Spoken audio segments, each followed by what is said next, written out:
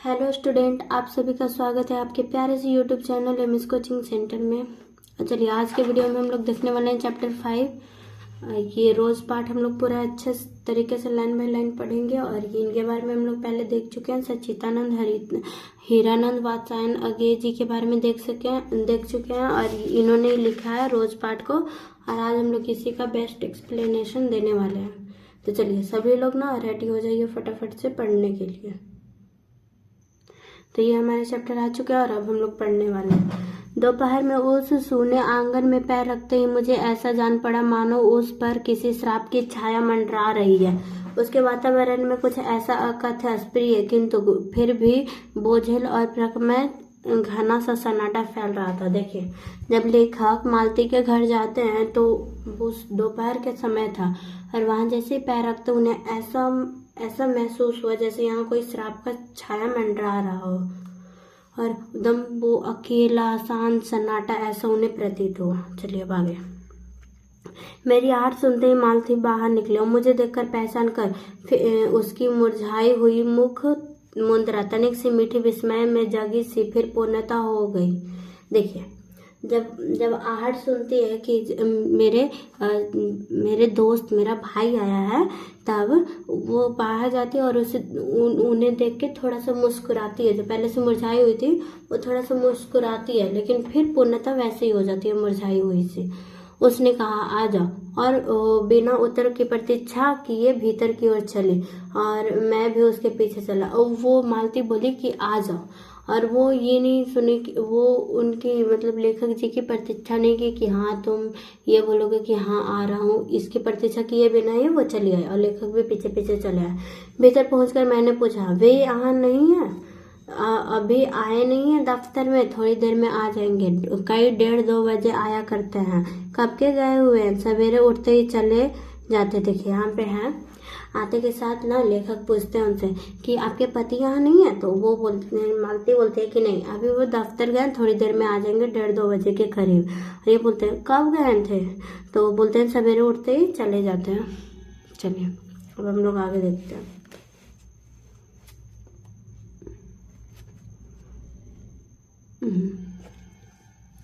मैं हूँ कहकर पूछने को हुआ और तुम इतनी देर करती क्या? फिर सोचा आते ही एक प्रश्न ठीक नहीं है। मैं कमरे की ओर देखने लगा।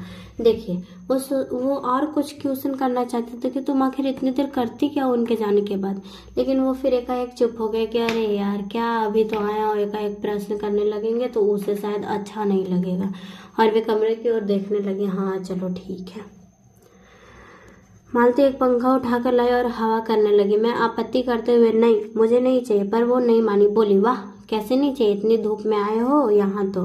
ये मालती जो गई वहाँ मतलब जब पहाड़ पे था तो वहाँ एक पंखा उठा के लाई हाथ से मतलब हवा देने वाला, और लेखक बोलते आपत्ति करते हुए नहीं इसकी कोई ज़रूरत नहीं है। तो मालती बोलती नहीं कैसे ज़रूरत है, इतनी धूप से इतनी दूर से आए हो। और फिर वो रहने, और फिर लेखक बोलते मैंने कहा अच्छा लाओ दे दो। फिर लेखक बोलते ठीक है चलो दे दो। वह शायद ना करने वाली थी, पर तभी दूसरे कमरे से शिशु के रोने की आवाज़ सुनकर उसने चुपचाप पंखा मुझे दे दिया और घुटने पर हाथ टेक कर एक थकी हुई हूँ करके उठी और भीतर चली गई। देखिए, वो शायद ना बोलने वाली थी अरे क्या तुम दोगे आवाज, लाओ मैं ही दे देती हूँ, ऐसा मालती कहने वाली थी। लेकिन तभी क्या हुआ कि दूसरे कमरे से रोने की आवाज़ सुन के वो फिर पंखा और लेखक को दे दी। बोली कि चलो तुम खुद ही हौक लो। और वो थकी हुई आवाज़ में बोली आहू, फिर उठ गया। यहाँ पे हूँ मतलब किसका बात हो रहा है? उसके बेटे का। मालती की एक बेटा था जिसका नाम टीटी था। उसके जाते हुए दुबले शरीर को देखकर सोचता रहा यह क्या है, ये कैसी छाया सी घर में छाई हुई है।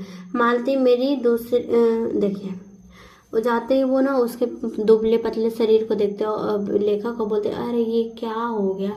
मालती पहले तो ऐसे नहीं थी, अब ऐसे कैसे होगी? ये किसका घर में छाया मंडरा रहा है? मालती मेरी दूर की रिश्ते की बहन होगी, किंतु उसे सखो कहना उचित नहीं। क्योंकि हमारा परस्पर संबंध सख्य का ही रहा है। हम बचपन में इकट्ठे खेले, इकट्ठे लड़े और पीटे हैं, और हमारी पढ़ाई। देखिए मालती जो थी ना वो लेखक के दूर की रिश्तेदार थी, लेकिन उससे ना बहन कहना सही नहीं होगा, क्योंकि इनके और मालती के बीच में हमेशा एक दोस्त का मतलब दोस्त का ही रिश्ता रहा है। ऐसा नहीं है कि तुम मेरे से बड़ा हो तो मुझे भैया बोलो, दीदी बोलो, ये सब के बात में कभी वो लोग उलझे ही नहीं है। वे साथ में बचपन में इकट्ठे मतलब साथ में खेले, लड़े, पीटे, पढ़ाई भी साथ साथ ही की। चलिए अब आगे देखते हैं नेक्स्ट पेज में क्या होता है। हम कोई भी नए लोग हैं तो चैनल को सब्सक्राइब कर ले, और अच्छा लगे तो लाइक कर दे, और अपने दोस्त के पास ज़रूर शेयर करें। चलिए अब आगे हम लोग देखते हैं। पढ़ाई भी बहुत सी इकट्ठे हुई, मतलब बहुत सारे क्लास में वे साथ साथ ही पढ़े थे। हमारे व्यवहार में सदा साख्य की स्वेच्छा और स्वच्छता रही है। मतलब वो जो थे ना मालती और लेखक जी, हमेशा उनके बीच एक दोस्ती का ही रिश्ता रहा है। वह कभी भ्रांतित्व या छोटे बड़े के बंधनों में नहीं, मतलब वो कभी भैया बहन के या फिर छोटे बड़े का बंधनों में नहीं घिरी। मैं आज कोई 4 वर्ष बाद उसे देखने आया हूँ। लेखक कितने वर्ष बाद गए थे उसे मिल रहा है 4 वर्ष बाद। जब मैंने इसके पूर्व देखा था तब वह लड़की ही थी, यानी कि उसकी शादी नहीं हुई थी, तब वह विवाहित थी, मतलब नहीं अब वो विवाहित, मतलब अब उसकी शादी हो गई। पहले जब देखे थे तो वो विवाहित नहीं थी, और एक बच्चे की माँ भी है, मतलब बोलते हैं कि विवाहित के साथ साथ एक बच्चे की माँ भी है। इससे कोई परिवर्तन उसमें आया होगा, और यदि आया होगा तो क्या? ये सोचने लगे लेखक कि इससे कोई परिवर्तन आया होगा, और आया भी होगा तो क्या आया होगा, यह मैंने अभी तक सोचा नहीं था। किंतु अब उसके पीठ की ओर देखता हुआ मैं सोच रहा था, यह कैसी छाया इस घर पे छाई हुई है, और विशेषता मालती पर। देखिए लेखक सोचते हैं कि क्या हुआ, मतलब शादी हो गया, एक बच्चा हो गया, तो कोई बदलाव आया होगा मालती के भीतर। वो सोचते हैं वो ना जाते हुए शरीर से देख ले, अरे ये क्या, मालती पे तो सबसे मतलब विशेषकर मालती पे बहुत ज़्यादा ही बदलाव आ गया था शादी और बच्चे होने के कारण। मालती बच्चे को लेकर लौट आई और फिर मुझसे कुछ दूर पर नीचे बैठी हुई दरी पर बैठ गई। मतलब मालती, ये लेखक कोई चेयर मतलब ऊंची चीज पे बैठे हुए थे और मालती नीचे दरी बिछाकर बैठ गई। मैं अपनी कुर्सी घुमाकर उसकी ओर उन्मुख होकर देखने लगा, और उसका नाम क्या है। जब मालती बच्चे को लेकर आई तो वो दूर बैठ गई थी, तो लेखक ने अपनी थोड़ा सर घुमाया और वो ना उन्हें देख कर पूछे कि अरे इस बच्चे का नाम क्या है। मालती ने बच्चे की ओर देखते हुए उत्तर दिया, नाम तो कोई निश्चित नहीं है, वैसे टीटी कहते हैं। देखिए जब कोई बच्चा रहता है, छोटा सा बच्चा रहता है, तो हम लोग उसका नाम नहीं सोचते, हम लोग उन्हें प्यार से जो अच्छा लगता है ना वही बुलाते हैं। तो अभी भाई टीटी इतना छोटा था कि उसका अभी कोई नाम निश्चित ही नहीं किया था इन लोग, और वो उन्हें प्यार से क्या टीटी बुलाते हैं। मैंने उसे बुलाया, टीटी टीटी आ जा। वह अपनी बड़ी बड़ी आंखों से मेरी ओर देखता हुआ अपनी माँ से लिपट गया और उदास होकर कहने लगा उह उह उह। देखिए जब लेखक को पता चला कि अरे उसका नाम टीटी है, तो वो बोला टीटी टीटी आ जा इधर। तो वो ना लेखक वो नाम सुन के अपना सोचने लगा कि अरे ये कौन है, बड़ी बड़ी आंखों से देखने लगा, ये कौन है जो मेरा नाम ले रहा है। फिर उसे देखा, अरे इन्हें तो मैं जानती ही नहीं हूँ। ये सोच के वो अपनी बात से दम लिपट गया और वासा होकर रोने लगा कि कहीं ये मुझे छीन ना ले, और वही रोने लगा। मालती ने फिर उसकी ओर एक नज़र देखा और फिर आंगन की ओर देखने लगी।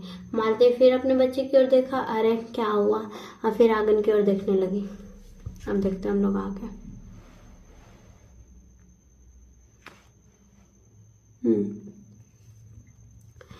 काफी देर मौन रहा। थोड़ी देर तक वह मौन आकस्मिक ही था, जिसमें मैं प्रतीक्षा में था कि मालती कुछ पूछे, किंतु उसके बाद एकाएक मुझे ध्यान आया, मालती ने कोई बात ही नहीं की, यह भी नहीं पूछा कि कैसा हूँ, कैसे आया, चुप बैठी है। क्या विवाह के 2 वर्ष में ही इतना बीते दिन भूल गई, या अब मुझे दूर इस संबंध में अंतर पर रखना चाहती है, क्योंकि वह निबान स्वच्छंद अब तो नहीं हो सकती, पर फिर भी ऐसा मौन जैसा अजनबी से भी नहीं होना चाहिए,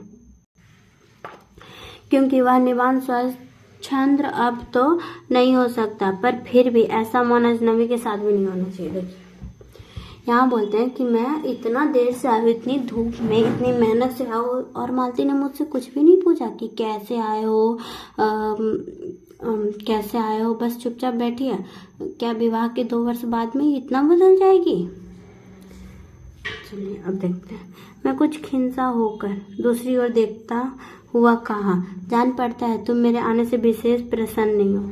ये लेखक ना अपने चेहरे को दूसरी ओर करके बोलते हैं कि शायद मुझे ऐसा लग रहा है कि तुम मेरे आने से कोई ज़्यादा खुश नहीं हो। उसने एकाएक चौंक कर कहा, हूँ? मालती देख के सोचते हैं, हूँ?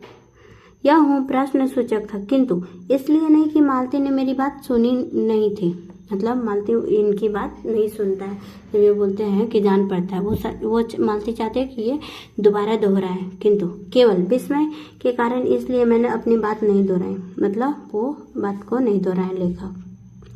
चुप बैठा रहा। मालती कुछ बोली ही नहीं। तब थोड़ी देर बाद मैंने उसकी ओर देखा। वह मेरी ओर देख रही थी, किंतु मेरे उधर उन्मुख करते ही उसकी आंखें नीची कर ली। फिर भी मैंने देखा। उन आंखों में विचित्र स्वभाव था, मानो मालती की भीतर कहीं कुछ चेष्टा कर रहा हो, किसी बीती हुई बात को याद करने की, किसी बिखरे हुए वायुमंडल को पुनः जागरण गतिमान करने की, किसी टूटे हुए व्यवहार तंतु को पुनः जीवित करने की, और चेष्टा सफल न हो वैसा जैसे बहुत देर से प्रयोग में न लाए हुए अंग को व्यक्ति का एक उठाने लगा और पाए कि वह उठता ही नहीं है। चिर विस्मित में मानो मर गया है उसकी तीर्ण बल में, यद्यपि वह सारा प्रलय बल है, उठ नहीं सकता। मुझे ऐसा जान पड़ता है मानो किसी जीवित प्राणी के गले में किसी मृत जंतु का तोक डाले दिया गया हो। वह उसे उतारकर फेंकना चाहे पर उतार ना पाए। देखिए मालती बैठ के, लेखक जब उसकी आंखों में देखे तो उन्हें ऐसा प्रतीत हुआ कि मालती कुछ अपने बीती हुई बातों को याद करना चाहती है, लेकिन वो बातें उसे ना, मतलब वो बातें याद ही नहीं आ रही है। याद आ रही है मतलब वो उसमें उन बातों को याद करके जो खिलखिलाना मुस्कुराना होता है वो नहीं कर पा रही है। जैसे वो होता है बहुत देर बैठे रहने से कोई अंग ऐसा हो जाता है कि उठने के बाद ऐसा लगता है वो मेरा अंग काम ही नहीं कर रहा, वो शरीर से अलग है, ऐसा प्रतीत हो रहा है। तभी किसी ने किवाड़ खटखटाया। तभी क्या हुआ, घर का दरवाजा खटखटाया। मैंने मालती की ओर देखा पर वह हिली नहीं। मतलब वो मालती, लेखक सोचा किवाड़ खटखटाया तो मालती जाके खोलेगी, लेकिन मालती क्या हिली भी नहीं। जब वह किवाड़ दूसरी बार खटखटाया तब शिशु को अलग करके बैठी और किवाड़ खोलने चली। जब पहली बार किवाड़ खटखटाया गया तो मालती ने उस पर ध्यान ही नहीं दिया और वो नहीं गई खोलने। जब दूसरी बार खटखटाया गया तो वो शिशु को थोड़ा अलग रखती है और किवाड़ खोलने जाती है। वे यानी मालती के पति आए। मैंने उन्हें पहली बार देखा था, यद्यपि फोटो में मैं उन्हें पहचानता था। परिचय हुआ। मालती खाना तैयार करने आंगन में चली गई और हम दोनों भीतर बैठकर बातचीत करने लगे। उसकी नौकरी के बारे में, उसके जीवन के बारे में, उस स्थान के बारे में और अन्य विषयों के बारे में जो पहले परिचय पर उठा करते हैं, इस तरह से रचनात्मक कवच बनकर। देखिए वो किवाड़ पे कौन था, मालती के पति थे और लेखक उन्हें पहली बार देखते थे, लेकिन उन्हें कभी सामने से नहीं देखा था, किंतु फोटो से वो पहचानते थे और वो बातचीत किए, थोड़ा परिचय हुआ। और मालती तभी चली जाती है खाना तैयार करने आंगन में चली जाती है और मतलब मालती के पति और लेखक दोनों मिल बैठ के बात करने लगते हैं उनकी नौकरी के बारे में, जीवन के बारे में, स्थान के बारे में और अन्य विषयों पे जो पहली नज़र में उठा करता है। मालती का पति का नाम महेश्वर। देखिए मालती के पति का नाम क्या था, महेश्वर। ये अक्सर क्वेश्चन आते हैं, इंपॉर्टेंट है। वह एक पहाड़ी गांव के सरकारी डिस्पेंसरी के डॉक्टर थे। वह हैसियत से इन क्वार्टरों में रहते थे। देखिए मालती के पति कौन थे, सरकारी डिस्पेंसरी के डॉक्टर थे और वो इसी हैसियत के कारण क्वार्टर में रहते थे। क्वार्टर दी जाती है ना रेलवे वाले लोगों को, उसी तरह से इन्हें भी क्वार्टर मिला था। प्रातःकाल 7 बजे डिफरेंसी चले जाते थे और 1:30-2 बजे लौट आते थे। उसके बाद दोपहर भर छुट्टी रहती थी, केवल शाम को 1-2 घंटे फिर चक्कर लगाने के लिए जाते थे। डिफरेंसी के साथ छोटा सा अस्पताल में रोगियों को देखने और अन्य जरूरी हिदायतें करने उनका जीवन भी बिल्कुल एक निर्दिष्ट दर पे चलता रहा। नित्य वही काम, उसी प्रकार के मरीज, वही हिदायतें, वही नुस्खे, वही दवाइयाँ, वह स्वयं उकताए हुए हैं। इसलिए और साथ ही इस भयंकर गर्मी के कारण अपने फुर्सत के समय में भी सोचते ही रहते हैं। देखिए जो महेश्वर थे वो डिफरेंसी के डॉक्टर थे। वो 7 बजे डिफरेंसी चले जाते थे और 1:30-2 बजे के करीब लौट आते थे। दोपहर भर छुट्टी रहती थी, फिर शाम को 1-2 घंटा जाते थे, चक्कर लगा के आ जाते थे। और डिफरेंसी मतलब सरकारी नौकरी करने के साथ साथ एक प्राइवेट से भी उन्होंने अस्पताल खोला। अक्सर ये डॉक्टर करते हैं कि प्राइवेट से अस्पताल खोल के वहाँ मरीजों को फीस के मतलब पैसों से देखा करते हैं। तो वही इन्होंने भी खोल रखा था। और ये बोलते हैं कि हर दिन ना एक ही तरह के मरीज आते हैं, वही काम, वही नुस्खे। उनकी भी ना जीवन दम में से एकदम धारा की तरह चल रही थी, दो समान धारा, कोई उसमें लहर ये सब नहीं आने वाला, एकदम सेम का सेम, जैसे आज है वैसे कल है। चलिए अब देखते हैं। मालती हम दोनों के लिए खाना ले आई। मैंने पूछा तुम नहीं खाओगी या खा चुकी? महेश्वर कुछ हंसकर बोला वो पीछे खाया करती है। मालती इतने में ही खाना ले आई दोनों के लिए। और लेखक बोलते तुम नहीं खाओगे तो या फिर खा चुकी तुम पहले ही? तो महेश्वर हंसकर बोलते हैं नहीं, वो मतलब जब मैं खा लेता हूँ तब वो खाया करती है।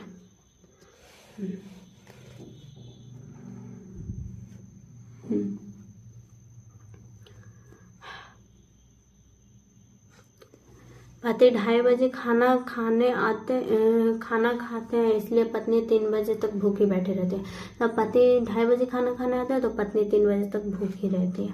महेश्वर खाना आरंभ करते हुए मेरी ओर देखकर बोले आपको तो खाने का मजा क्या ही आएगा, ऐसे बेवक्त खाना खा रहे हैं। महेश्वर उन्हें आरंभ मतलब खाना शुरू खाते हुए बोलते हैं कि आपको खाने का तो मजा ही नहीं आएगा, क्योंकि आपका तो ये टाइम ही नहीं है खाना खाने का, आप तो पहले ही खाते होंगे। तब मैंने उत्तर दिया वाह, देर से खाने पर तो और भी अच्छा लगता है, भूख बड़ी हो तो शायद मालती बहन को कष्ट होगा। मतलब बोलते हैं अरे क्या बात कर रहे हो आप, देर से खाने पे तो और भी अच्छा लगता है, क्योंकि भूख बड़ी होती है तो अच्छा लगता है खाने में। मालती टोट कर बोली मतलब इससे बोली कि भूख बड़ी होगी तो खाना थोड़ा ज़्यादा ही खाएंगे, तो इससे शायद मालती बहन को थोड़ी सी कष्ट होगी। मालती बोलती है, मालती टोट कर बोलते हैं ये तो मेरे लिए नई बात नहीं है, रोज ही ऐसा होता है। मतलब मैं बोलती है कि अरे यार ये तो मेरे लिए रोज ही होता है, पति 2:30 बजे आता है, मैं 3 बजे खाता हूँ, इसमें कौन सी बड़ी बात है। मालती बच्चे को गोद में लिए हुए थी, बच्चा रो रहा था पर उसकी ओर किसी का ध्यान नहीं दे रहा था। तो मालती ना गोद में लिए हुए थे बच्चे को, बच्चा रो रहा था लेकिन किसी को भी ना उसकी ओर ध्यान नहीं था, ना मालती का ध्यान था और ना ही महेश्वर का ध्यान था। मैंने कहा ये रोता क्यों है? मालती बोली हो ही गया चिड़चिड़ा सा, हमेशा ही ऐसा रहता है। फिर बच्चे की डांट कर कहा चुप कर, जिससे वह और भी रोने लगा। मालती ने भूमि पर बैठा दिया और बोली अच्छा रो ले, और रोटी लेने आंगन में चली गई। देखिए मालती, लेखक पूछते हैं कि ये टीटी इतना रोता क्यों? तो मालती बोलती है कि ये तो हमेशा ऐसे ही रोते रहता, और डांट देती है उसे कि चल चुप कर, कितना रोएगा। तो फिर उसे अलग बैठा के बोलती है ले तू ना रो ले, जितना रोना हो जाएगा उसके बाद में तुम्हें ले चलूंगी। और फिर ऐसा कह के वो आंगन में रोटी लेने चली गई।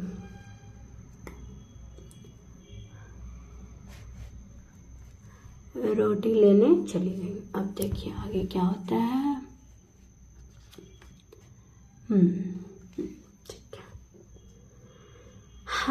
जब हमने भोजन समाप्त किया तो 3 बजने वाले थे। महेश्वर ने बताया कि उन्हें आज जल्दी अस्पताल जाना है, वहाँ एक चिंताजनक केस आए हुए हैं जिसका ऑपरेशन करना पड़ेगा। 2 की शायद टांगे काटनी पड़ेगी, दो की शायद टांगे काटनी पड़े, गैंग्रीन हो गया। थोड़ी देर में वो चले गए। मालती किवाड़ बंद करके आई और पास बैठने लगी और मैंने कहा अब तो खाना खा लो, मैं इतने में टीटी के साथ खेल रहा हूँ। देखिए महेश्वर खाना खा के बोलता है कि आज तो अस्पताल जल्दी जाना पड़ेगा। जो प्राइवेट अस्पताल था उनका खोले हुए थे बगल से, वो बोलता है कि वहाँ पे कुछ मतलब स्पेशल चिंतनजनक रोगी आए हुए हैं, उन्हें शायद उन्हें गैंग्रीन हो गया और उनकी टांगे काटनी पड़ेगी। और वो चले जाते हैं और मालती किवाड़ बंद करके आती है। और फिर लेखक बोलते हैं क्या, ये अब तो खाना खा लो, मतलब अब तो मैंने खा लिया, आप तुम्हारे पति ने भी खा लिया, अब तो तुम भी खाना खा लो। और फिर बोलते हैं कि चलो मैं इतनी देर में टीटी को खिलाता हूँ, तब तक तुम खाना खा लो। वह बोली खा लूँगी, मेरे खाने की कौन बात है, किंतु चली गई। मैं बोलती हाँ खा ही लूँगी, मेरे खाने की कौन बात है, लेकिन फिर भी चली गई। और मैं टीटी को हाथ में लेकर, मतलब लेखक हाथ में लेकर टीटी को झुलाने लगा। इतने में वो कुछ देर के लिए शांत हो गया। मतलब जब लेखक टीटी को झुलाने लगे तो इतने देर में कुछ देर के लिए बच्चा शांत हो गया। दूर शायद अस्पताल में तीन खड़े के एक मैंने चौंका और सुनी जलती वही और मैं बैठी अपने आप से एक लंबी थकी हुई सांस लेके कह रही थी 3 बज गया, मानो तपस्या के बाद कोई कार्य संपन्न हुआ। देखिए वहीं दूसरी ओर अस्पताल के पास एक घड़ी लगा हुआ था जिसका घंटा, मतलब उसकी आवाज आती है 3 बजने की। तो वही मालती बोलती है थक कर 3 बज गया। तब ऐसा वो बोलती है ना, उन लेखक को लगता है जैसे कोई कार्य संपन्न हुआ है। थोड़ी देर में मालती फिर आ गई। मैंने पूछा तुम्हारे लिए कुछ बचा भी था या सब कुछ। देखिए मालती बोलती है, मतलब लेखक जब मालती खाना खा के आती है तो लेखक पूछते हैं तुम्हारे लिए कुछ बचा ही था या फिर सब मैंने खा लिया। बहुत था, मतलब मालती बोलती है बहुत था।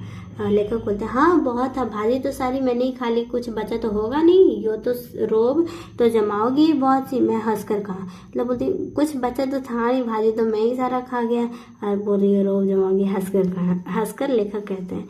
मालती मानो किसी और विषय की बात करते हुए बोली यहाँ सब्जी वब्जी तो कुछ होती नहीं, कोई आता है तो नीचे से मंगा लेते हैं। मुझे 15 दिन आए हुए तो सब्जी लाए थे, वही अभी बढ़ती जा रही है। देखिए बोलते हैं लेखक, मतलब मालती बोलती है यहाँ सब्जी वब्जी तो कुछ होती ही नहीं है, नीचे जाना पड़ता है सब्जी लेने के लिए।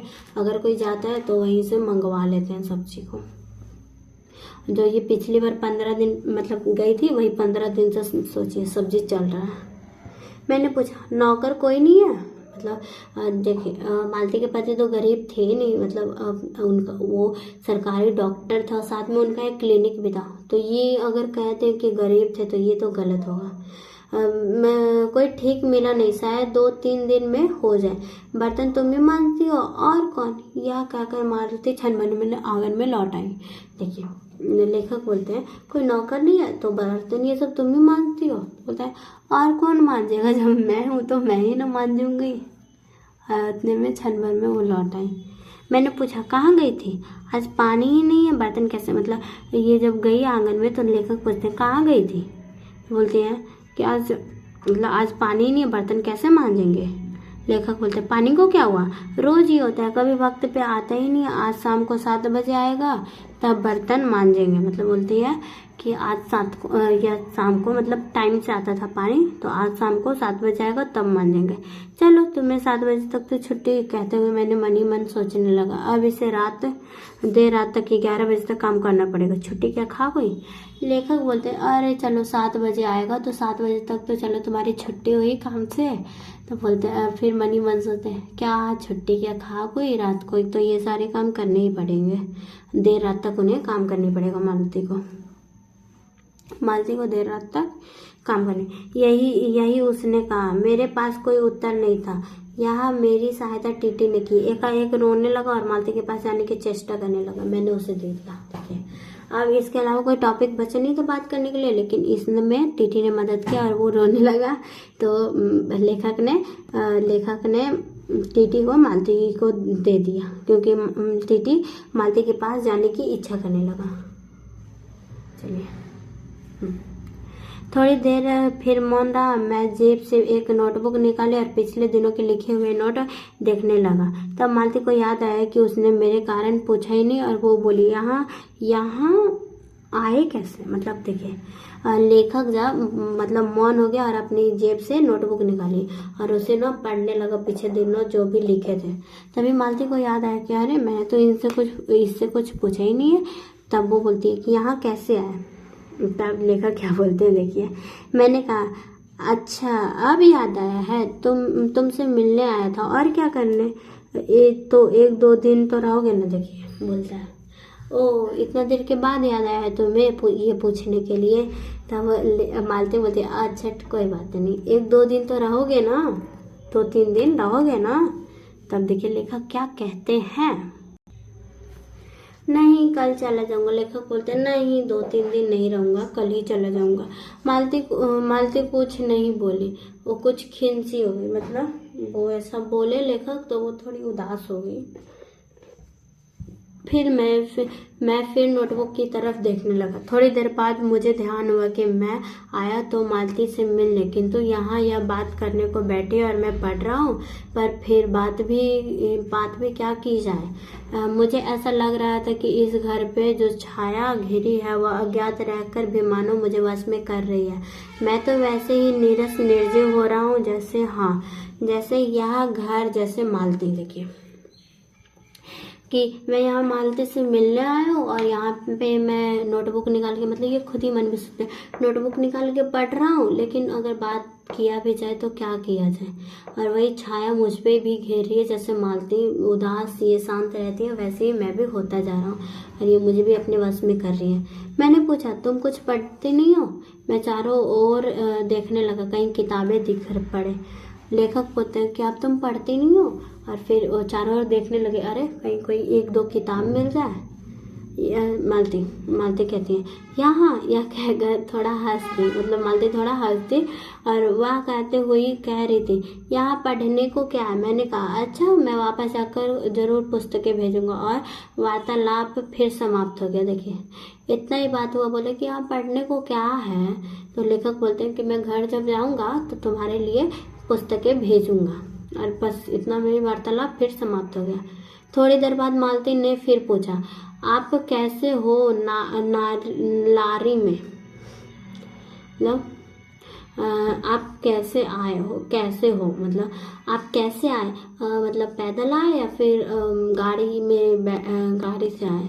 तो ये लेखक बोलते हैं पैदल। इतनी दूर, बड़ी हिम्मत की, आखिर तुमसे मिलने आया हूँ। देखिए क्या होगा, बड़ी हिम्मत की, आखिर तुमसे मिलना, ऐसे ही आए हो। नहीं कुली पीछे आ रहा है सामान लेके, मैंने सोचा बिस्तर ले चलो। अच्छा किया, यहाँ तो बस कहकर मालती चुप हो गई। फिर बोली अब तुम थक गए होगे, लेट जाओ। देखिए इतनी दूर पैदल आए हो, बहुत ज़्यादा हिम्मत तुमने की। तो और बोलता है कि अकेले आए हो या फिर कोई और भी साथ में आया। तो बोलता है नहीं कुली भी आया, वो मेरा बिस्तर यानी कि सामान ये सब लेकर आ रहा है। तो इतना कह के मालती हाँ बोले चलो ठीक ही किए जो साथ में लेके आ गए सामान ये सब। और वो फिर बोलती है कि चलो तुम बहुत थक गए होगे, अब थोड़ा आराम कर लो। अब देखिए क्या बोलते हैं लेखक, नहीं बिल्कुल नहीं थका, रहने भी दो, थके नहीं भला थके हैं। और तुम क्या करोगे, मैं बर्तन मांज रखती हूँ।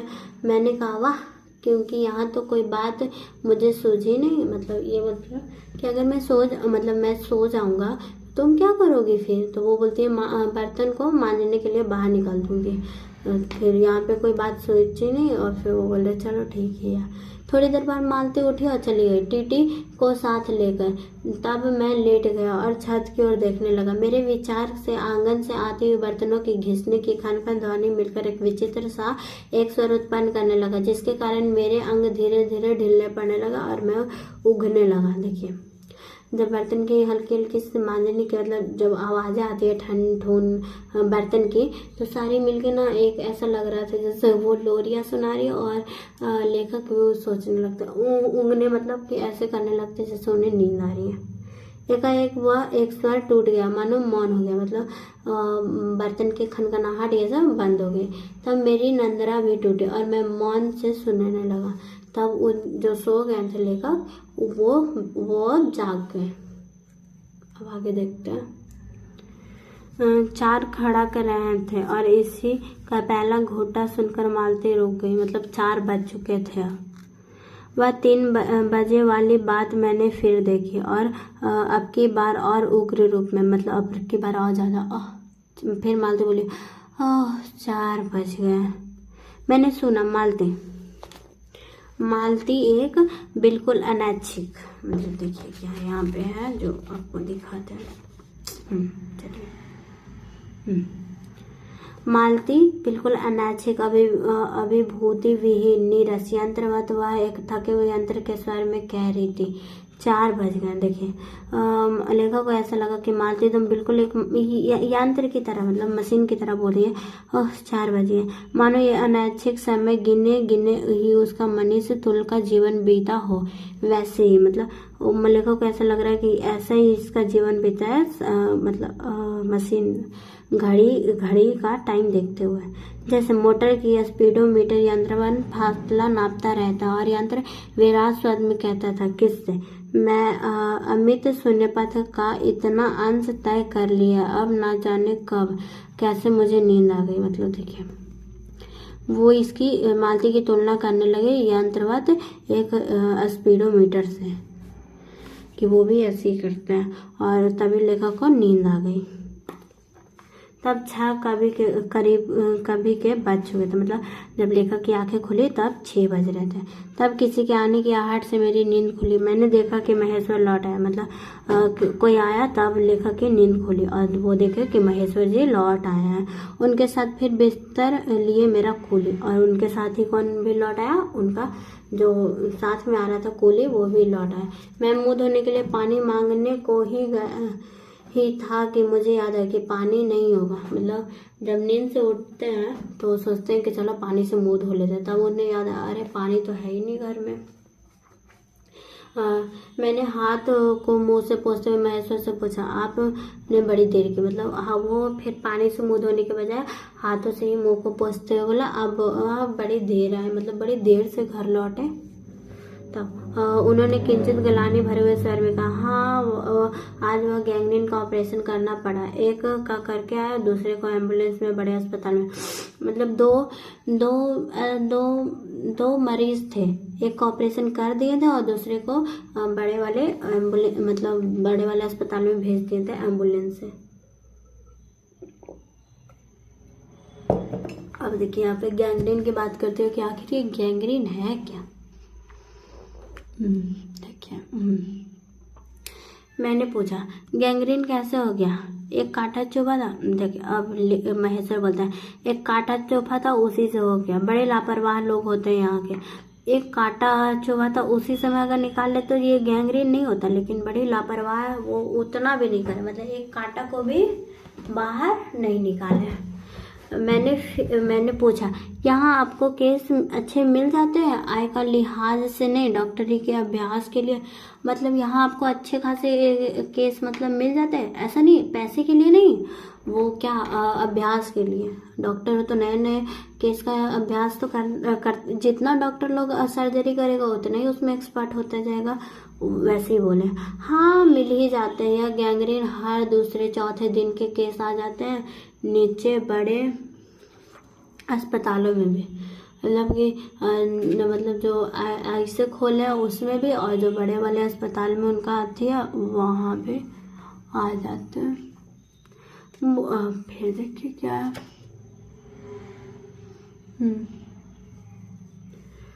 मालती आंगन से ही सुन रही थी। अब आ गई बोली हाँ केस बनते देर क्या लगती है। कांटा चुभा था और इस पर टांग काटनी पड़े या भी कोई डॉक्टर ये बोलती है ये बोलती है यहाँ केस बनते देर नहीं लगती है। एक कांटा चुभा और इस पर टांग काटनी पड़े या भी कोई डॉक्टर ही मतलब कि अगर किसी को कांटा चुभता है और टांग काटनी पड़ता है ये डॉक्टर ही कहेंगे थोड़ी ना। हर दूसरे दिन किसी का बाँह किसी का हाथ इसी का नाम है अच्छा अभ्यास। ये हंसकर बोलने लगी ये बाँह हाथ ये सब काटना ही डॉक्टरी का अच्छा अभ्यास है। महेश्वर हाथ बोले ना काटे तो उसकी जान गवाए मतलब बोलता है कि अगर उसके हाथ नहीं काटेंगे तो जान गवा देंगे उनकी। हाँ पहले तो दुनिया में कांटे ही नहीं होते होंगे। मालती बोलते पहले तो दुनिया में कांटे ही नहीं होते थे आज तक सुना नहीं कि कांटों के चुभने से मर जाते मतलब मालती बोलती है कि आज तक तो कभी मैंने सुना है कि कांटे के चुभने से इंसान की मृत्यु होगी। महेश्वर ने उत्तर दिया, मुस्कुरा दिए। मालती मेरी ओर देखकर बोली, ऐसे ही होते हैं डॉक्टर, सरकारी अस्पताल है ना, क्या परवाह है। मैं तो रोज ऐसी बातें सुनती हूँ। अब कोई मर मुर जाए तो ख्याल ही नहीं होता। पहले रात भर नींद नहीं आया करती। बोलती है कि पहले जब मैं सुनती थी कि अरे कोई मर गया, जब महेश्वर आके बोलते होंगे कि अरे ये क्या जान चली गई, तब मालती को रात भर नींद नहीं आती थी। लेकिन अब ये उसका दिन का हो गया। तभी आंगन के खुले हुए नल से टिप टिप टिप टिप मतलब तभी वहाँ पानी आ गया था आंगन में। मालती ने कहा, पानी, और उठकर चली गई। खनखनाहट में हमने जाना, बर्तन धोने जाने लगी। मतलब कि वो मालती बर्तन धोने के लिए चली गई। टीटी महेश्वर की टांगों के सहारे खड़ा करके देखने लगा और उसे एकाएक उसे छोड़कर मालती मतलब टीटी को महेश्वर ले लिया और अपनी टांगों के बीच खड़ी करके उस सहारा देने लगा। लेकिन टीटी क्या, उसकी टांगों से नीचे गिर के मालती की ओर खिसकता हुआ जा रहा था। महेश्वर ने कहा, उधर मत जा, और उसे गोद में उठा लिया। मतलब बोलता है कि अपनी मम्मी के पास मत जा, और गोद में उठा लिया और मचलने लगा, चिल्ला चिल्ला कर। मतलब जब ऐसा किया महेश्वर तो बच्चा रोने लगा, चिल्ला चिल्ला कर बोला कि मुझे मम्मी के पास ही जाना, मम्मी के पास ही। मतलब उसकी स्वर से ऐसा लगा। महेश्वर बोला, अब रो रो के सो जाएगा, तभी घर में चैन होगी। महेश्वर बोलता है कि ये तो इसका डेली का काम है, अब रो रो के सो जाएगा तभी घर में थोड़ी शांति लगेगी। मैंने पूछा, अब भीतर ही सोते हैं, गर्मी तो बहुत होती होगी। मतलब बोलते हैं कि इतना अच्छा बाहर का मौसम है लेकिन आप भीतर ही सोते हैं, भीतर तो बहुत गर्मी है।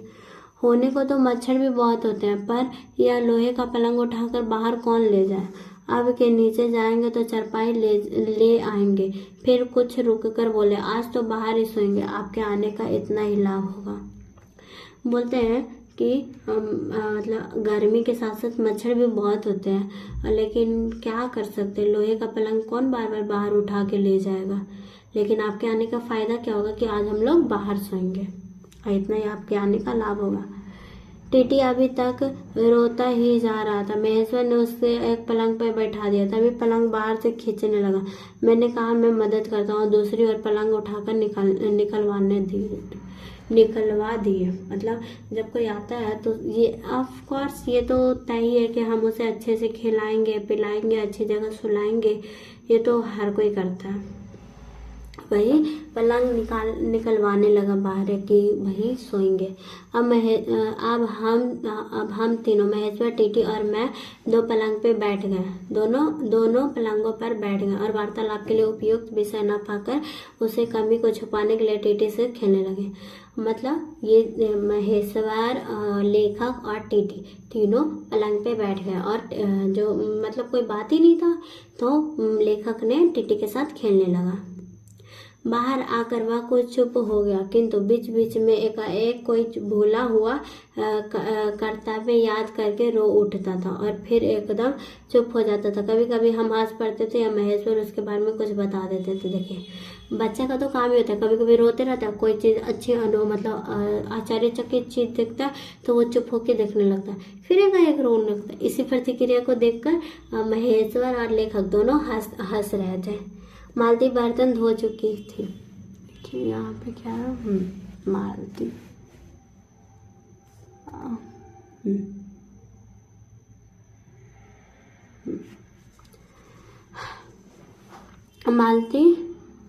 मालती बर्तन धो चुकी थी। अब वह उन्हें लेकर आंगन की ओर, एक और रसोई के छप्पर की ओर चली। तब महेश्वर ने कहा, थोड़े से आम लाया हूँ, वो भी धो लेना। देखिए, मालती ने इतने देर में बर्तन धो लिया था और वो बर्तन को लेकर आंगन की ओर चलने लगी। तब महेश्वर कहता है कि मैंने थोड़ा आम भी लाया, उसे भी धो के धो लेना। मालती बोलती है, कहाँ है। तो लेखक मतलब महेश्वर बोलता है, अंगीठी पे रखे हुए, कागज से लिपटे हुए। बोलता है, अंगीठी पे रखा हूँ, कागज में लिपटे हुए हैं आम। मालती भीतर की ओर जाकर आम उठाया और आंचल में डाले हैं। मतलब मालती भीतर जाती है और आम उठा के अपने आंचल में रख देती है। जिस कागज में वे लिपटे हुए थे वह किसी पुराने अखबार का टुकड़ा था। मालती चलती चलती संध्या के उस क्षीण प्रकाश में उसे पढ़ती जा रही थी। वह नल के पास खड़ी होकर उसे पढ़ती रही और जब दोनों ओर पढ़ चुकी तब लंबी सांस लेकर उसे फेंक कर आम धोने लगी। देखिए, जिस कागज में आम लपेटा हुआ था, वो पुराने अखबार का शायद एक टुकड़ा था। उसी को ना, वो संध्या का समय था तो हल्के हल्के से प्रकाश में मालती क्या कर रही थी, आम को आंचल में लिए हुई थी और एक हाथ में वो पेपर को लेके पढ़ती हुई जा रही थी। और वो नल के पास रुक गई और जब तक उसने पूरा पेपर को नहीं पढ़ लिया तब तक वो उसे नहीं फेंके। पढ़ने के बाद वो उसे फेंक कर फिर आम को धुलने लगी। मुझे एकाएक याद आया, बहुत दिनों की बात है, जब हम स्कूल में भर्ती हुए थे तब हमारा सबसे सुख और बड़ी विजय थी हाजिरी हो चुकने के बाद चोरी से क्लास से निकल भागना और स्कूल के कुछ दूरी पे आम के बगीचे में पेड़ों पे चढ़कर कच्ची अमियाँ को तोड़ तोड़ कर खाना।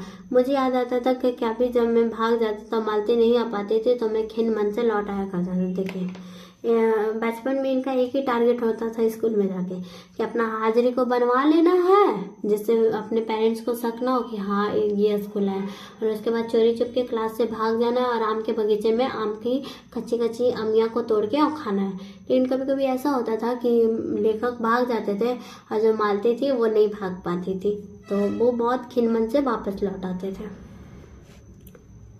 देखिए अब क्या मालती कुछ नहीं पढ़ती थी। उसके माता पिता तंग थे। वो एक दिन पिता ने उसे एक पुस्तक ला कर दी और कहा कि इसमें 20 पेज रोज पढ़ा करो, हफ्ते भर में देखो कि समाप्त कर चुकी हो, नहीं तो मार मार के चमड़ी उधेड़ दूंगा। मालती ने चुपचाप किताब ले ली, पर क्या उसने पढ़ी? वह नित्य में उसके 10 पन्ने 20 पन्ने फाड़ फाड़ के फेंक देती थी और वो खेल के भांति फर्क ना पड़ने देती थी। और वो 8वें दिन उसके पिता पूछा कि सब समाप्त कर ली? उसने उत्तर दिया हाँ कर ली। पिता ने कहा ला प्रश्न पूछूंगा। वो खड़ी होकर बोला। पिता ने फिर कहा, मैं उद्धत स्वर में बोली। देखिए, तो उद्धत स्वर में बोली। देखिए, मालती के मतलब लेखक को एक मालती से जुड़ी हुई एक बचपन की घटना याद आती है। लेखक बताते हैं कि मालती को ना पढ़ना लिखना नहीं पसंद था, तो वो पढ़ती नहीं थी। पढ़ना लिखना तो ऑफ कोर्स पसंद ही होता है, वो पढ़ती नहीं थी और जिसके कारण उसके मम्मी पापा बहुत ज़्यादा तंग आ चुके हैं। लेकिन उसके पिताजी ने एक बार क्या हुआ कि उसके पिताजी ने उसे एक पुस्तक ला के दी और बोले कि इस पुस्तक के 20-20 पेज डेली पढ़ना, अगर तुम ऐसे पढ़ोगी तो ये हफ्ते भर में समाप्त हो जाएगा। तो मालती क्या करती थी कि उसने पुस्तक ले ली, लेकिन मालती क्या करती थी, उसे पढ़ने के बजाय उस पुस्तक से डेली 10-20 पेज फाड़ के उसे फेंक देती थी। जब थोड़ी दिन हुआ तो तब उसके पिताजी बोले कि जो मैंने पुस्तक दी थी वो तुमने पढ़ ली ना? तो मालती बोलती है हाँ पढ़ ली। तो उसके पिताजी बोलते हैं लाओ वो पुस्तक, मैं उसमें से कुछ क्वेश्चन करता हूँ। तब मालती चुपचाप खड़े रहे और फिर पिताजी ने फिर उससे बोला कि लाओ पुस्तक, मैं तुमसे क्वेश्चन पूछता हूँ। तब देखिए क्या होता है। जब मालती के पिताजी बोलते हैं पुस्तक लाने के लिए, तब मालती बोलती है कि अरे मैंने तो किताब फाड़ के फेंक दी, मैं नहीं पढ़ूंगी। मालती बोलती है कि मैंने तो किताब को फाड़ के फेंक दी, मैं नहीं पढ़ूंगी। उसके बाद वो बहुत पिटी, मतलब ऐसा करने के बाद उसके पिताजी ने उसकी बहुत पिटाई की। पर वह अलग बात है, इस समय वो सोच रहा था कि मैं उदित और चलचल मालती आज कितनी सीधी हो गई। मतलब वो सोचते कि ऐसी मालती आज कितनी शांत सीधी हो गई, कितनी अखबार और एक टुकड़े के लिए तरसती है। यह क्या है? मतलब बोलती है कि जो पहले एक पुस्तक नहीं पढ़ती थी और जो एक अखबार के टुकड़े के लिए तरस रही है। क्या बात है। तभी महेश्वर ने पूछा रोटी कब बनेगी? महेश्वर मालती से पूछता है रोटी कब बनेगी? मालती बोलती है बस अभी बनाती हूँ।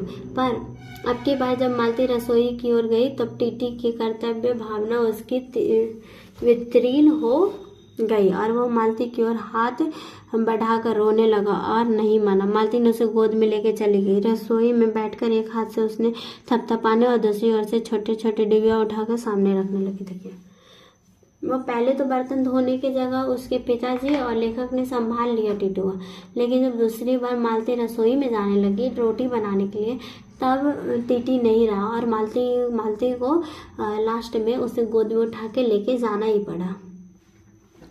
तो एक हाथ से टीटी को थपथपा रही है कि चुप रहो और दूसरी ओर से छोटी छोटी मसालों की डिब्बियाँ को बाहर निकाल रही है।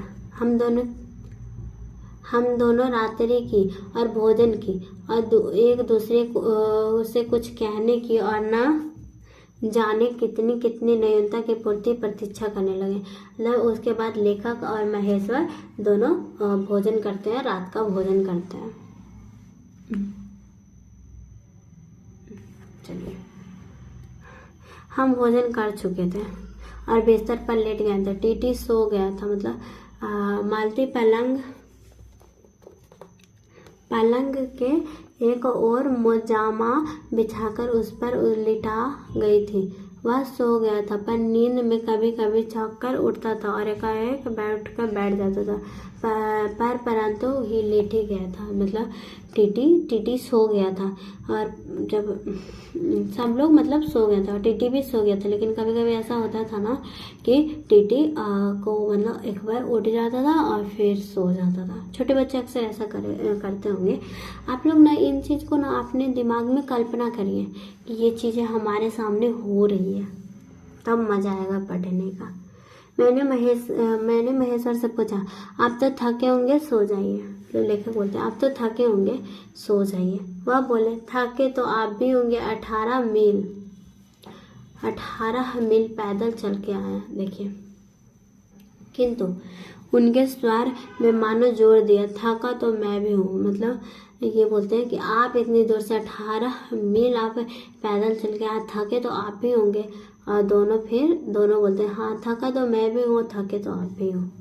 मैं चुप रहा। थोड़ी देर में किसी ऊपर संज्ञा ने मुझे बताया, मैं ऊँग रहे थे। वह ऊँग रहे थे, मतलब महेश्वर ऊँग रहे थे और वो भी ऊँग रहे थे। वह लगभग 10:30 बजते थे और मालती क्या कर रही थी, भोजन कर रही थी। मतलब 10:30 बज चुके थे और इन लोग सोने की तैयारी में थे और मालती भोजन कर रही थी। मैं थोड़ी देर मालती की ओर देखता रहा।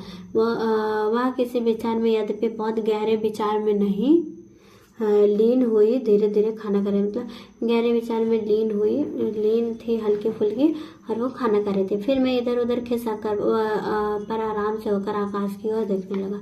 इधर उधर खिसके और फिर आकाश की ओर देखने लगे।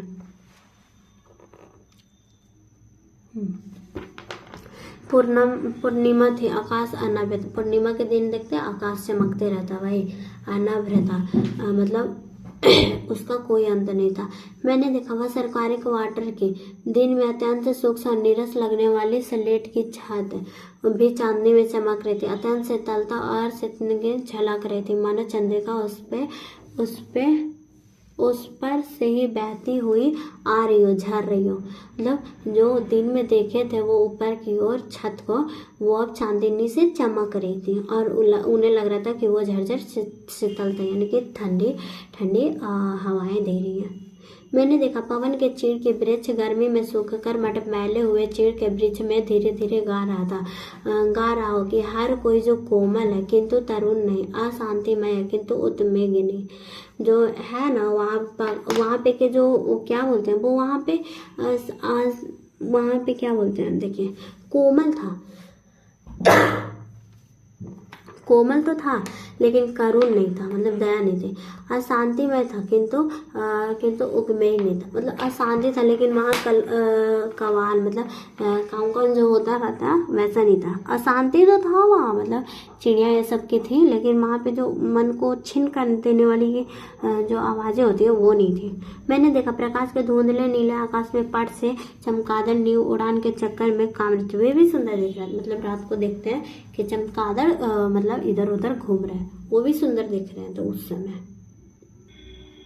मैंने देखा वह दिन भर की तपन, अशांति, थकान, धाप पहाड़ों के भाप से उठकर वातावरण में खोए जा रहे हैं, जिसे ग्रहण करने के लिए पर्वत शीशों के चीड़ विश्वरूपी भुजाएं आकाश में बढ़ा रही है। मतलब देखिए दिन भर की तपन यानी दिन भर की गर्मी, अशांति, थकान सब जमीन से उठ के उन्हें ऐसा लग रहा है कि वो आसमान में जा रही है। और जो पर्वतें हैं वो क्या कर रही है कि अपने बच्चे को कैसे ठंडी देने के लिए उसे मतलब वो लग रहा है कि ये जो जगह है वो उसका बच्चा है और जो पर्वत है वो उसकी माँ है, आकाश में और बढ़ा रही है।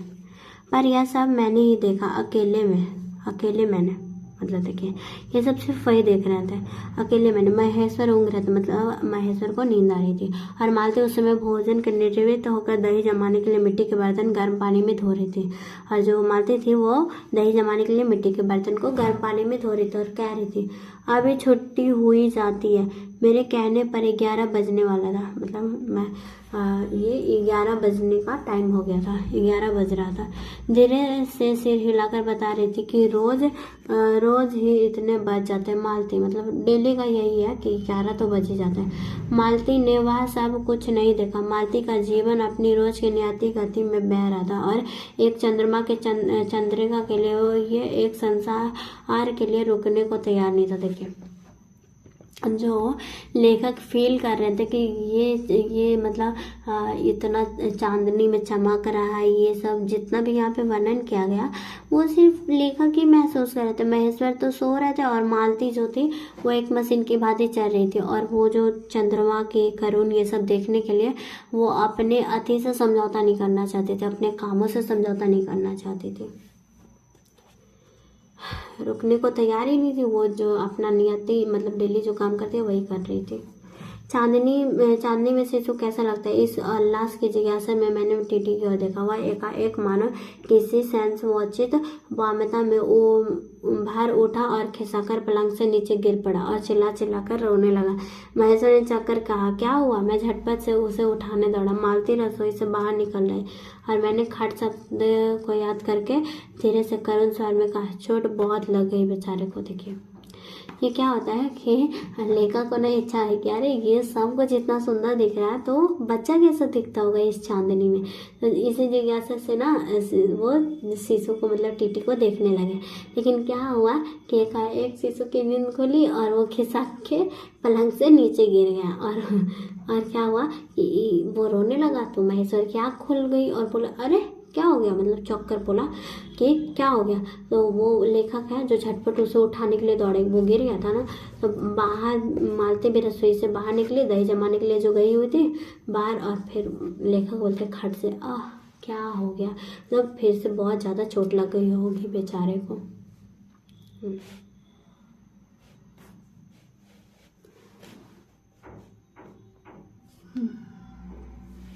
यह सब मानो एक ही क्षण में एक ही क्रिया की गति से मतलब बहुत जल्दी हो गया, पता भी नहीं चला ये सब कब हो गया। मालती ने रोते हुए शिशु से मुझसे लेने के लिए हाथ बढ़ाया और कहते हुए इसके चोटें तो लगती ही रहती है, रोज गिरता पड़ता रहता है। मतलब जब रोने लगा तो लेखक से तो शांत होगा नहीं, तो वो मालती अपना हाथ आगे करती है टीटी को लेने के लिए और बोलती है कि इसे तो चोट लगती रहती है डेली, ये इसका तो डेली का काम ये गिरना पड़ना। एक छोटे क्षण भर के लिए मैं स्तब्ध हो गया, मतलब थोड़े भर के लिए ये मतलब वो सोचने लगे लेखक। फिर एकाएक मेरे मन में एक समुच्चय अस्तित्व विद्रोह के स्वर में कहा, मेरे मन के भीतर ही बाहर एक भी शब्द नहीं निकला। माँ युवती माँ, ये तुम्हारे हृदय को क्या हो गया जो तुम अपने एकमात्र बच्चे के गिरने से ऐसी बात कह रही हो। यह अभी जब तुम्हारा सारा जीवन तुम्हारे आगे। देखिए बोलते हैं ये लेखक ना मतलब ये सुन के उन्हें बहुत आश्चर्यचकित महसूस हुआ कि अरे ये क्या कह रही है। मतलब वो अपने मन में ही बोलते हैं, बाहर एक भी शब्द नहीं निकला, मन में ही बोलते हैं माँ युवती मतलब नौजवान माँ, ये तुम्हारे हृदय को मतलब ये तुम्हारे दिल को क्या हो गया, तुम्हें बच्चा गिर गया, तुम्हें कोई फर्क ही नहीं पड़ रहा। वो एक ही उनका बच्चा था, एक मतलब बच्चे के गिरने से ऐसे कह रही हो, मतलब एक ही बच्चा और उसके गिरने से भी ऐसा कह रही हो। अब ऐसा होता है कि जिसके 10-20 बच्चे हैं, चलो उसमें से एक गिर गया तो कोई दिक्कत नहीं है, लेकिन तुम्हारे तो एक ही बच्चे हो, तुम ऐसा कह रही हो। और तो अभी तो सारा जीवन तुम्हारे आ गया है। तब एक मैंने जाना कि वह भावना मिथ्या नहीं थी, मतलब वो भावना गलत नहीं थी। मैंने देखा कि सचमुच उस कोठा में कोई गहरी भयानक छाया घर कर गई है। मतलब उन्हें ऐसा लगता है कि हाँ सही में इस परिवार में जो गहरी छाया कोई मंडरा रही है। उसके जीवन के पहले ही यौवन में घुन लग गया और उसकी अभिन्न अंग हो गई और वे उसे नहीं पहचानते ही नहीं, उसी के परिधि में घिरे हुए चले जा रहे थे। और इतना ही नहीं, मैं उस छाया को भी देख लिया था। बोलते हैं कि शायद अब उसे ऐसा सच में लगने लगा लेखक को कि सच में इस घर पे कोई छाया मंडरा रही है। और वही छाया जो में जैसे मिट्टी में घुन लग जाती है वैसे ही इनके जीवन में भी घुन लग गया। इतनी देर में पूर्णतः शांति हो गई। देखिए इतनी देर में पूर्णतः शांति हो गई। महेश्वर फिर लौटकर ऊँघ रहा था, मतलब फिर महेश्वर को नींद आने लगी और वो सोने की तैयारी करने लगे। टीटी मालती को लेटे हुए शरीर से चिपक कर चुप हो गया था, यद्यपि उसे एक आधा सिसकी उसके छोटे से शरीर को हिला देता था। मैंने अनुभव करने लगा कि बिस्तर अच्छा सा लग रहा है। मालती चुपचाप आकाश की ओर देख रही थी, किंतु क्या चंद्रिका या तारे को। मतलब देखिए बच्चा भी माँ के हृदय से चिपक कर सो रहा था, लेकिन जब उसे सिसकियाँ आती थी तो वो मतलब शरीर हिल जाता था और बिस्तर भी बहुत अच्छा लग रहा था। मालती जब ऊपर देख रही थी, सोते हुए ऊपर देख रही थी आकाश में, तो लेखक सोच रहे हैं कि मालती आकाश में क्या देख रही है, चंद्रिका को देख रही है या फिर तारे को देख रही है। तभी 11 का घंटा बजा। तब सब भारी से पलके उठाकर अकस्मात उस पर स्पष्टता प्रतिज्ञा के प्रति मालती की ओर देखा। मतलब तभी क्या हुआ, 11 बज गया था, पूरे 11 के पहले घंटे खड़कने के साथ मालती की छाती एकाएक फफोले की भांति उठी और धीरे बैठने लगी। घंटा ध्वनि कंपन के साथ ही मुक्त हो जाने वाली आवाज उसने कहा कि 11 हो गए। मतलब फिर जोर की मालती ही सांस लेती है, 11 बज गए ऐसा बोलती है। और इसी के साथ ये स्टोरी समाप्त हो गई हमारी। बस इतना ही स्टोरी में था। और अब इसका जो बात किया जाए तो इसके देखिए इसके देख सकते हैं आप लोग, ये 11 प्रश्न है। इसका जिक्र हम लोग करेंगे नेक्स्ट क्लास में। आई होप आप सभी को बहुत अच्छे से समझ में आएगा। यहाँ पे क्या कहा गया है कि मालती की जो जीवनचर्या थी ना, वो मशीन की भांति हो गई थी। उसके जो जीवन में था वो सुख दुख अनुभव अब बचा ही नहीं था कुछ। मतलब वो उन्हें ऐसा लग रहा था लेखक को कि मालती बस एक मशीन की तरह काम कर रही है। डेली का वही काम 2:30 बजे खाना खाना, 3 बजे ये, फिर टीटी को खिलाना, फिर बर्तन मांजना, फिर वही रात को काम वाम करके सो जाना, फिर सुबह उठना, फिर वही नित्य क्रिया चल रही है। उसका रोज का है। और एक माँ को ऐसा कैसे हो सकता है कि मतलब एक छोटे से बच्चे के लिए ऐसा कैसे कोई कह सकता है। ये थोड़ा सोच के लेखक को बहुत ज़्यादा आश्चर्यचकित महसूस होता है। बस इतना ही कहानी थी और कोई भी कहानी नहीं थी। मतलब इतना ही, और कुछ बहुत ज़्यादा हार्ड भी नहीं था, बहुत इजीली आप सभी को समझ में आ गया होगा। चलिए आज के लिए इतना ही, फिर मिलते हैं कल एक नई वीडियो के साथ। तब तक के लिए बाय बाय।